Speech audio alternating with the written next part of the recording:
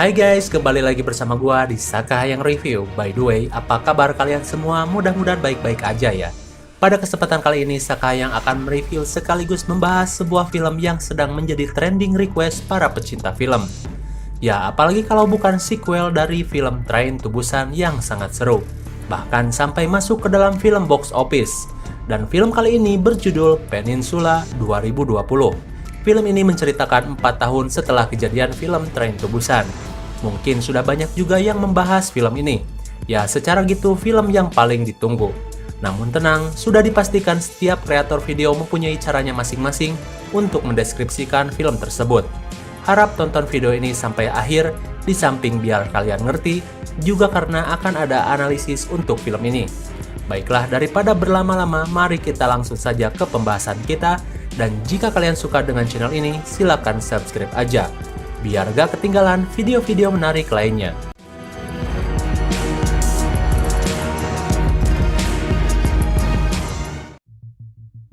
Film ini diawali dengan scene sekelompok survivor bernama Jong Seok. Gue di sini nggak ganti nama lagi kayak kemarin ya, biar berasa seriusnya, biarpun belibet nyebut namanya. Jong Seok bersama keluarganya yang mengendarai mobil akan segera pergi meninggalkan negara Korea yang sudah kacau balau karena wabah zombie.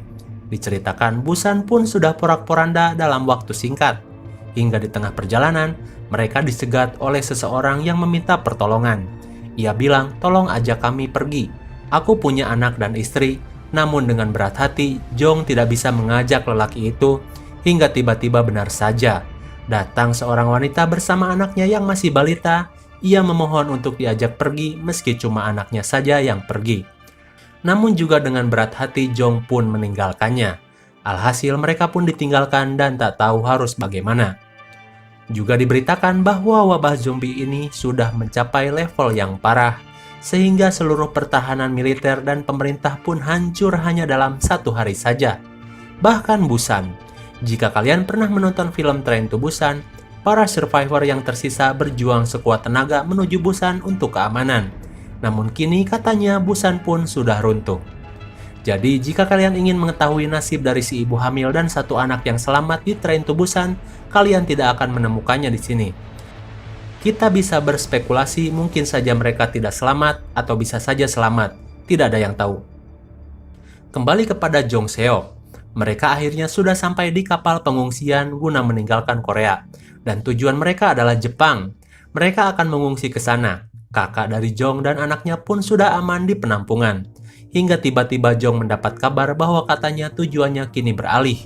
Bukan ke Jepang, melainkan ke Hong Kong. Sangat mendadak sekali, dan di saat yang bersamaan tiba-tiba di dalam penampungan ternyata ada pasien yang terinfeksi dan lolos masuk ke kapal itu. Hingga situasi menjadi kacau. Mendengar kabar itu, Jong pun berlari menyelamatkan kakaknya. Namun sudah terlambat. Anak dari kakaknya sudah terinfeksi. Juga para pengungsi lain. Ia pun menyuruh kakaknya untuk segera pergi. Namun ia memilih diam di tempat bersama anaknya. Dan para zombie pun bangkit. Kakaknya pun mati di sana.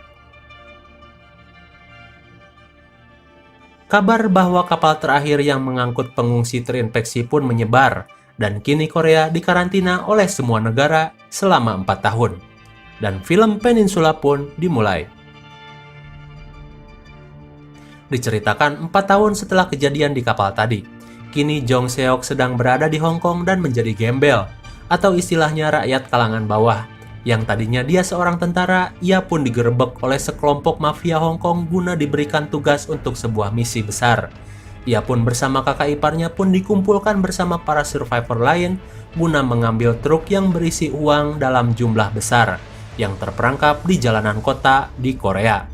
Awalnya mereka tidak ingin untuk kembali ke sana, namun karena mereka dijanjikan akan mendapatkan 2,5 juta dolar per orang, dan juga melihat situasi kemiskinan yang mereka alami di Hong Kong, tidak ada cara lain untuk mengubah nasib. Mereka pun menerima tawaran itu dengan kembali ke Korea. Mereka pun diberi info bahwa tenang saja, zombie-zombie itu buta ketika malam, asalkan tidak ada cahaya dan suara yang mengundang kedatangan para zombie itu. Dan malam keberangkatan pun tiba. Mereka bersiap-siap dengan senjata dan telepon satelit untuk berkomunikasi ketika berhasil mendapatkan truk itu. Dipimpin oleh Jong Seok, mereka berlabuh menggunakan perahu karet. Terlihat pelabuhan yang sudah amburadul, karena memang Korea kini sudah menjadi negara mati. Di awal langkahnya, mereka sudah dikejutkan dengan tulisan-tulisan di aspal dengan tulisan "Tuhan sudah meninggalkan kita". Memang jika sudah terjadi seperti ini, pikiran manusia sudah jarang sekali ada yang waras. Maka mereka pun lanjut melangkah, dan untungnya menemukan sebuah mobil yang masih menyala dan mereka pun memakainya. Hoki parah.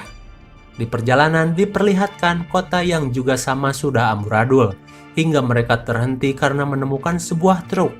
Mereka pikir itu truknya, dan Jong turun untuk memeriksanya. Sesampainya di sana, ternyata itu bukan truknya, karena memiliki plat nomor yang berbeda. Namun pandangan Jong tertuju kepada bangunan kaca yang ia curigai, dan setelah memakai night vision terlihat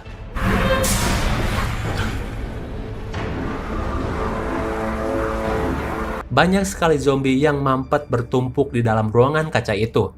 Andai saja kaca itu pecah, para zombie akan berhamburan ke jalan. Jong pun segera kembali ke mobil dan melanjutkan pencarian. Singkat waktu, mereka pun kembali berhenti. Kali ini mereka yakin itu adalah truknya, dan mereka bersama-sama mengecek ke dalam truk itu, dan bingo! Benar saja di dalam truk itu terdapat uang yang sangat banyak. Cukup untuk membeli nasi goreng untuk seluruh rakyat Indonesia. Mereka pun bersiap membawa truk itu, namun di kabin kemudi terlihat ada mayat. Dan bodohnya, kakak ipar si Jong gegabah masuk dan akan memindahkan mayat itu, hingga ternyata mayat itu masih hidup dan hampir saja menggigitnya. Dirinya yang panik malah memencet klakson mobil hingga terdengar ke seluruh penjuru jalanan yang sepi. Dan benar saja tiba-tiba muncul ratusan zombie yang berlari ke arah mereka. Jong pun berlari karena dirasa amunisi tidak akan cukup. Mereka pun kabur dan berhasil mendapatkan uang tersebut, hingga di tengah kesenangan mereka mendapatkan uang, tiba-tiba muncul tembakan suar dari sisi lain. Entah siapa itu. Suar itu membangunkan seluruh zombie yang ada dan mengejar truk mereka. Hingga aksi kebut-kebutan dikejar zombie pun menjadi scene paling menarik.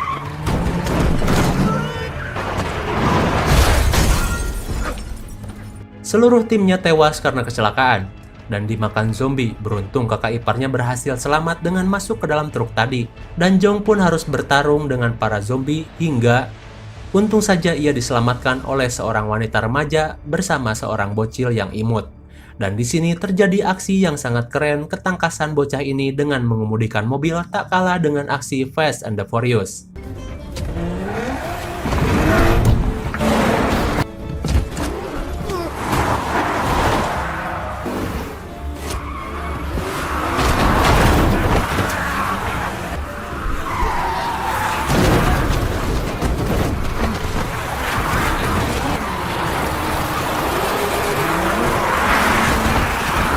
Hingga mobil itu masuk ke bawah jembatan dan mematikan mesin. Karena terlihat di depannya banyak sekali zombie yang sedang nongkrong, maka si bocil pun mulai mengeluarkan RC modifikasinya untuk mengalihkan perhatian dari para zombie itu. Meski RC-nya harus terguling dulu, namun akhirnya ia berhasil membuat zombie itu bubar. Di sisi lain, kakak iparnya yang terjebak di dalam truk pun tiba-tiba ada seseorang yang mengalihkan zombie itu dengan mobil karaoke keliling. Dan komplotan berandal bersenjata itu pun menghampiri truk itu dan membunuh satu survivor yang masih hidup namun sudah terinfeksi, hingga tiba-tiba mereka menyadari ada seseorang di dalam truk itu.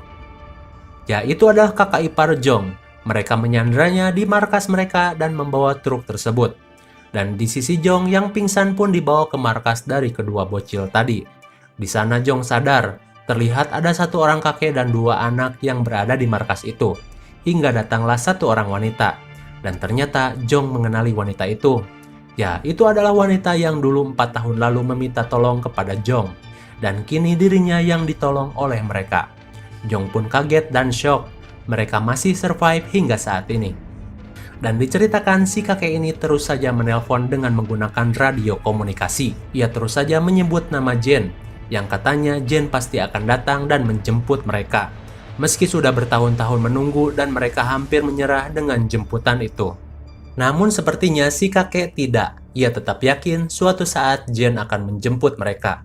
Di sisi lain, kakak ipar dari Jong pun diseret masuk ke dalam markas para berandalan itu. Terlihat suasana yang mengerikan seperti perkumpulan orang gila. Banyak sekali mayat yang digantung di tempat itu, menandakan tempat itu bukan tempat perlindungan yang aman. Hingga seorang wanita tadi yang bernama Min pun bicara. Katanya mereka adalah para militer yang dibentuk untuk menyelamatkan warga sipil, namun kini mereka menjadi gila karena selama 4 tahun bantuan yang mereka harapkan tak kunjung datang. Ia tahu karena dulu mereka pun pernah tinggal di sana, lalu memutuskan untuk melarikan diri. Kembali kepada para berandalan tadi, mereka mempunyai pemimpin yang biasa disebut Kapten Seo. Dirinya pun sudah hampir gila dan akan bunuh diri karena sudah putus asa. Hingga ia mendapat kabar dari temuan para anak buahnya yang menemukan sebuah truk yang berisi uang yang banyak. Ia pun penasaran dan melihatnya. Dan benar saja, ia menemukan uang yang banyak dan telepon satelit. Hingga ia mengaktifkan telepon itu dan ada panggilan masuk. Ternyata itu adalah para pengutus yang ingin menanyakan kabar dari misinya. Dan sialnya malah si kapten yang menemukannya. Ia pun membuat perjanjian dengannya untuk mengirimkan uang itu asalkan ia bisa keluar dari tempat ini. Oh ya, dan kini nasib dari kakak ipar Jong pun malah menjadi kelinci permainan oleh para berandalan itu. Ia dipilok dengan nomor 61 dan dikurung di dalam sebuah peti kemas bersama para korban lainnya. Ternyata sudah banyak juga yang menjadi korban atas perlakuan berandalan itu.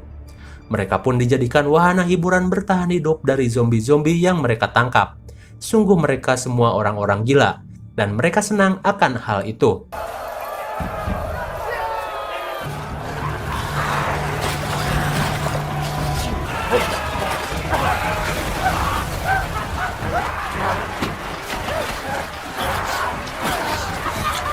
Untung saja kakak iparnya masih selamat di hari pertama pertunjukan itu.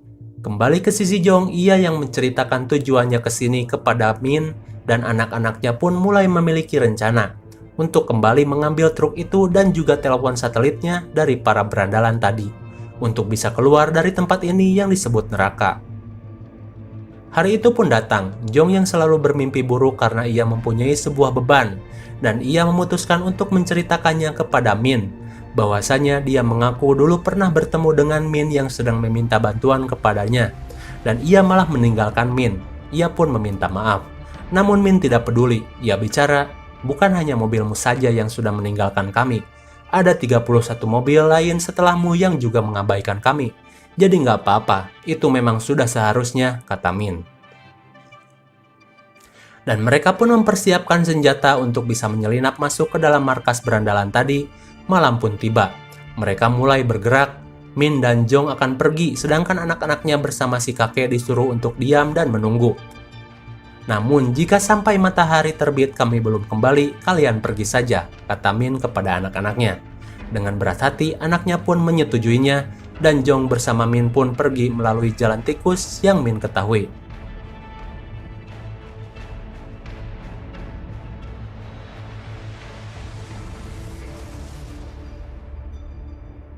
Jong dan Min pun sampai di truk, uangnya pun masih utuh, dan sayangnya telepon satelitnya rusak, hingga tiba-tiba datanglah seorang lelaki dari komplotan itu bawahan dari si kapten. Ia pun ditodong dan disuruh diam. Namun lelaki itu bilang, bisa kan kalian membawa kami pergi? Dan Jong pun pergi menyelamatkan kakak iparnya yang sedang dijadikan kelinci permainan oleh para berdebah gila di sana. Dan sesaat sebelum kakak iparnya diterkam, datanglah Jong menyelamatkannya. Untung saja si Jong adalah mantan tentara, jadi ia sangat cekatan dalam berperang melawan zombie dan juga para orang gila bersenjata di sana. Dan peperangan pun terjadi yang membuat kakak iparnya mati tertembak.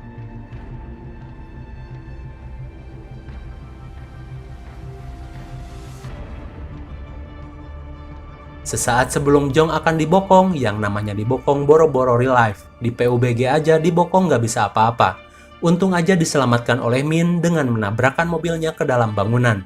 Jong yang sedih pun harus merelakan kakak iparnya yang beban itu dan pergi. Mereka pun dikejar oleh berandalan itu dan terjadi baku tembak di markas itu.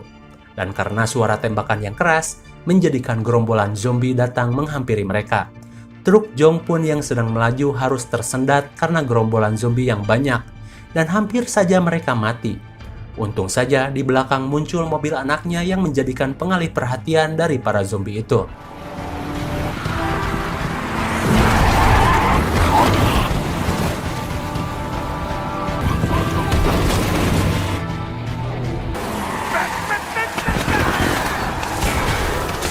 Zombie itu teralihkan, dan ketika hampir lolos, tiba-tiba gerombolan orang gila pun kembali mengejarnya dengan mobil, dan kembali terjadi adegan kebut-kebutan yang seru di sini.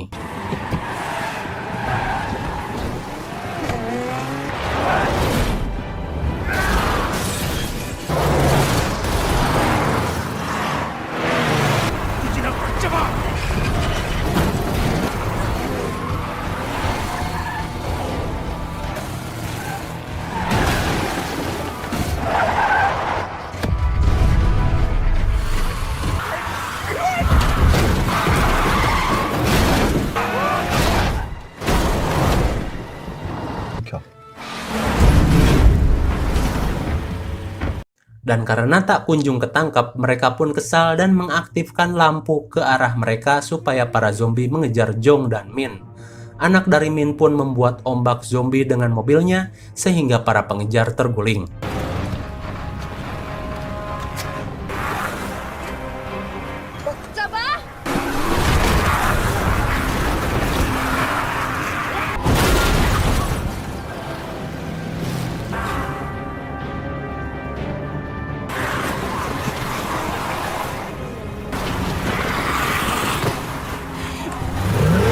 Hingga Jong pun ingat dengan para zombie yang berada di dalam gedung kaca. Ia pun menyuruh Min mendekati kaca itu, dan Jong menembak kaca itu sehingga pecah dan memuntahkan ribuan zombie dari dalam, yang membuat para pengejar pun terjebak dan mati digigit zombie.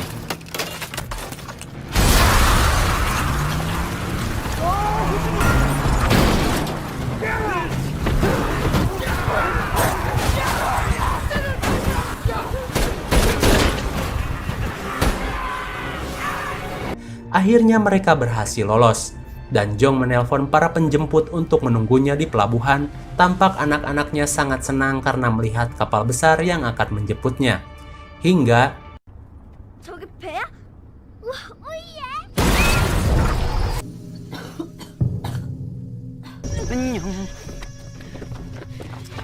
mobilnya ditabrak oleh si kapten yang tadi ia masih hidup dan menyandra anaknya. Untung saja si bocil menggunakan RC untuk mengalihkan perhatian si kapten dan berhasil lolos. Namun si kakek harus tertembak karena melindungi si bocil. Dan Min tertembak di kaki. Si kapten lolos menggunakan truk yang penuh dengan uang dan akan membawanya sendiri untuk kabur. Namun ketika ia sampai di dalam kapal, si pemimpin mafia pun malah menembak si kapten sampai mati. Untung saja si Jong nggak jadi masuk ke kapal itu. Ternyata mereka cuma dijebak saja. Dan sebagai ganjarannya, tiba-tiba para zombie yang begitu banyak merangsek masuk ke dalam kapal itu, dan sudah dipastikan mereka semua mati.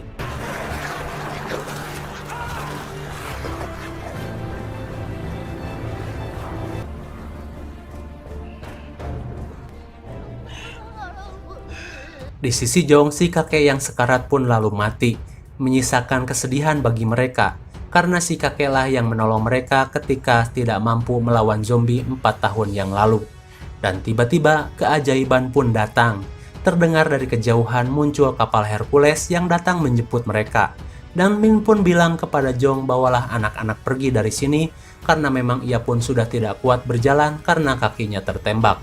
Dan ia pun akan melindunginya dari belakang. Mereka pun berlari sekuat tenaga menuju pesawat yang sudah mendarat.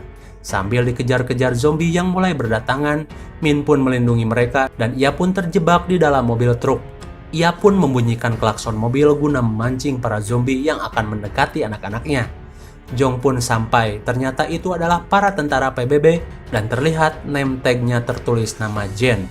Benar saja kata si kakek tadi, Jen pasti akan datang, namun sayangnya si kakek sudah mati. Anaknya pun meminta Jen untuk menyelamatkan ibunya yang terlihat akan bunuh Dirman. Namun Jong berbicara, aku akan menyelamatkannya. Dan Min pun tidak jadi menembak dirinya sendiri. Ia pun berusaha selamat dengan menembaki zombie-zombie itu sampai pelurunya habis dan berlari. Jong pun melindunginya dari depan, dan untung saja mereka berhasil selamat.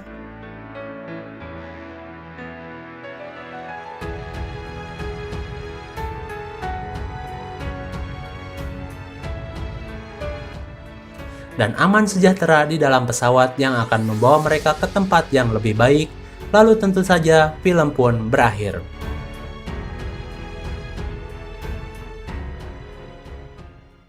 Bagaimana? Cukup seru kan? Sedikit pembahasan mengenai film ini karena melihat film ini masih baru. Film Peninsula ini adalah lanjutan film fenomenal yang berjudul Train to Busan. Namun menurut Sakhayang, Train to Busan masih jauh lebih baik dibandingkan film ini. Ini pendapat pribadi ya, jangan baper. Kemudian jika kalian ingin mengetahui nasib dari survivor Train to Busan, jelas tidak diceritakan di sini.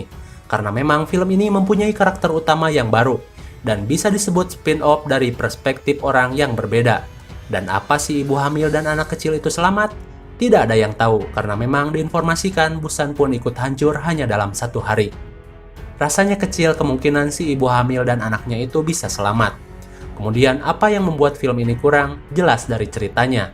Tidak ada misi urgent yang mereka lakukan, hanya sebatas mencari uang dan berusaha kembali dengan selamat.